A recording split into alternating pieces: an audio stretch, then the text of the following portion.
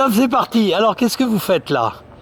Là, on gonfle le joint qui est à l'intérieur de la porte. Oui. Et un autre en haut aussi sur le chapeau pour que ça soit le plus hermétique possible. C'est un joint gonflé à l'air.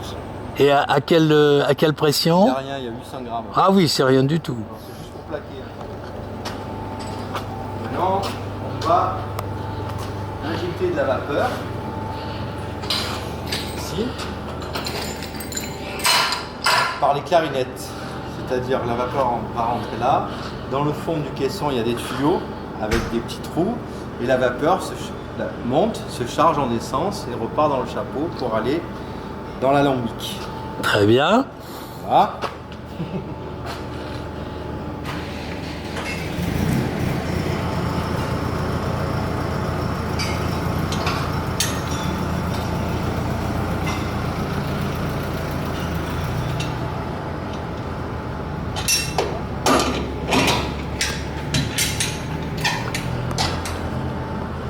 Maintenant c'est parti. C'est parti. Et donc là, ça va rester combien de temps? Ça va rester 1 heure à peu près. Avec une... Dépend la maturité de ce qu'on est en train de faire. Quoi.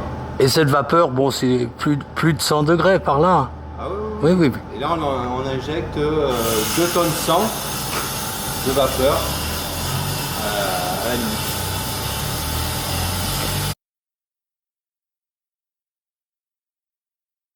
Christophe, maintenant, on va rentrer dans la chaufferie. Alors, vous pouvez nous expliquer le processus? En fait, c'est tout simple. On a besoin de vapeur pour extraire l'huile essentielle. Avant, on créait de la vapeur avec les fagots qu'on avait. Maintenant, on fait de la vapeur avec une chaudière au gaz. D'accord. C'est une chaudière qui fait 4 tonnes. On fait jusqu'à 4 tonnes de vapeur. Qu'est-ce qu'elle consomme au niveau du gaz? C'est très gourmand? Ouais, c'est énorme. Dessus, là, derrière, on est livré le lundi, le mercredi, le vendredi.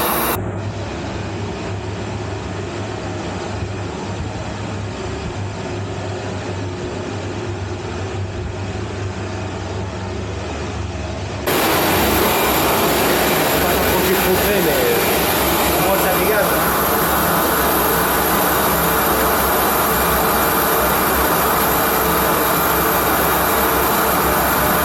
Ici, nous sommes dans la zone de refroidissement. On me dit. Ça, c'est le tour de refroidissement qui sert à recondenser la vapeur parce qu'on a besoin qu'elle repasse à l'état liquide pour pouvoir extraire l'huile essentielle. Donc une fois qu'on a injecté la vapeur dans la remorque, elle se charge en huile essentielle, elle remonte par les deux gaines noires et elle arrive dans cette colonne. C'est une colonne de refroidissement, en fait c'est un alambic. Et on joue, on recondense de la vapeur pour qu'elle redevienne à l'état liquide. Donc on a un liquide, on a de l'eau et de l'huile essentielle mélangée. Et pour extraire, en fait, on joue sur la densité des flux, c'est-à-dire que l'huile est plus légère que l'eau. Vous voyez, elle est en train de monter là, elle arrive. Voilà, gentiment. C'est en train de s'effriter, voilà. Donc le mélange arrive ici, dans l'essentiel, par le bas. Donc ça fait la même chose que ce que vous avez vu sur le verre là. Et on alimente en permanence, donc ça pousse, ça pousse, ça pousse. Et ici, c'est conique avec un tube. On récupère l'huile essentielle de n'importe quelle plante, hein, c'est pas le problème. Et de l'autre côté, en fait, on a l'eau qui est chargée en molécules essentiel, ça s'appelle de l'hydrolat, qui repart en circuit fermé.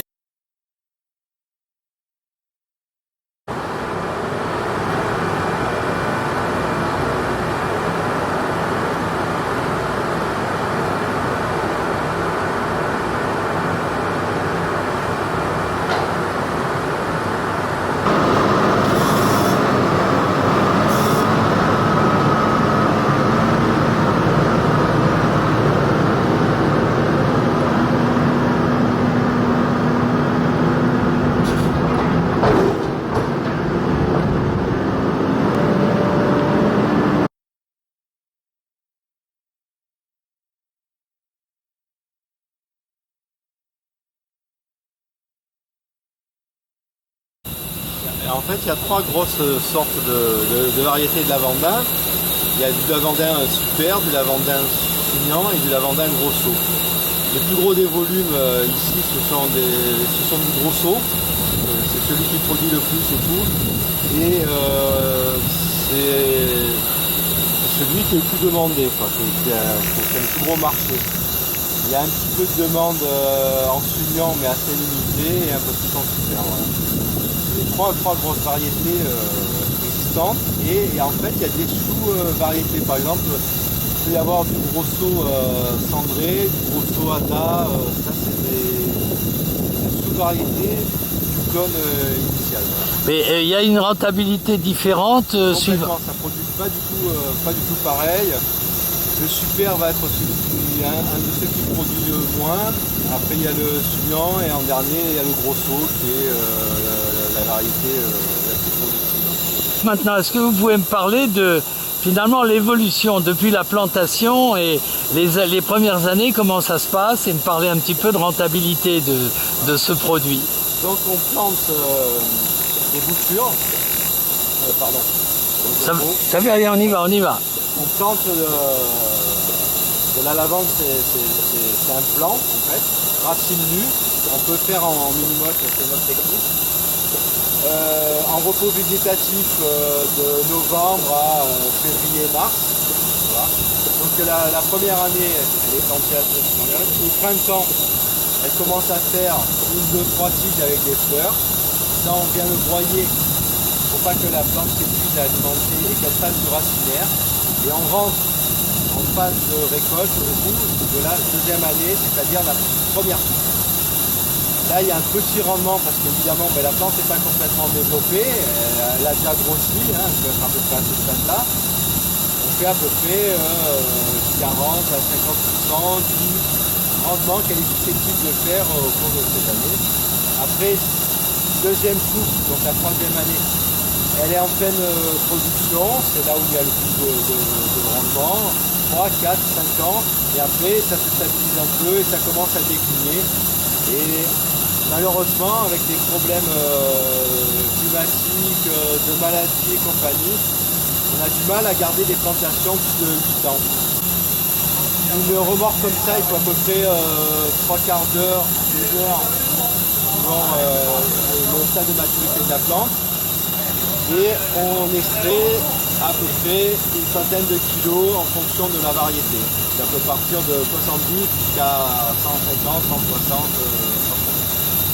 170. Christophe, est-ce que vous pouvez me parler un petit peu de la concurrence qui existe actuellement par rapport à la production du lavandin? Il y a différents pays qui se sont mis à produire de la lavande et du lavandin. C'est des pays qui n'ont pas du tout les mêmes contraintes et les mêmes charges que nous, aussi bien réglementairement que coût horaire. Donc ça, c'est une grosse concurrence. Et puis après, il y a aussi tout ce qui est en industrie qui utilise de la synthèse en fait. C'est pas du essentiel pur, c'est de l'huile de synthèse, c'est un produit chimique, ça. Et donc là en ce moment, le marché est hyper tendu, parce qu'évidemment, on l'a toujours connu, hein, c'est très variable. Mais les prix sont montés tellement haut qu'il y a énormément de gens qui se sont mis à planter de la lavande. C'était pas leur métier, ils faisaient d'autres cultures, et puis il n'y a pas du gain. Donc les surfaces ont augmenté, et même en France, partout en France, nous on est le bassin historique, là, le 04, la Drôme, et maintenant vous trouvez de la lavande dans le Gard, dans l'Hérault, en Ardèche. Alors maintenant, Christophe, pour terminer, parce qu'on a vu toute la production, la réalisation de cette essence essentielle, est-ce que vous pouvez me répondre à 2 questions? La première, quels sont vos clients? Et la seconde, pourquoi on utilise cette huile essentielle et dans quel domaine? Donc nos clients, ici on est dans une coopérative, donc chacun est membre. Chacun se débrouille pour commercialiser sa marchandise. Donc soit ça part dans des groupements de producteurs et après c'est des volumes qui sont négociés. Ça peut aller chez des courtiers qui achètent des lots. Et puis on fait un petit peu de vente directe du négoce par nos propres moyens. Voilà.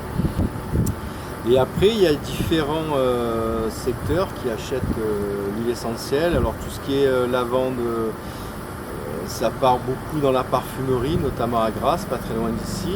Et puis le gros de l'huile essentielle de lavandin, ça part dans l'industrie, notamment la lessive, les désodorisants, les savons et compagnie. Voilà.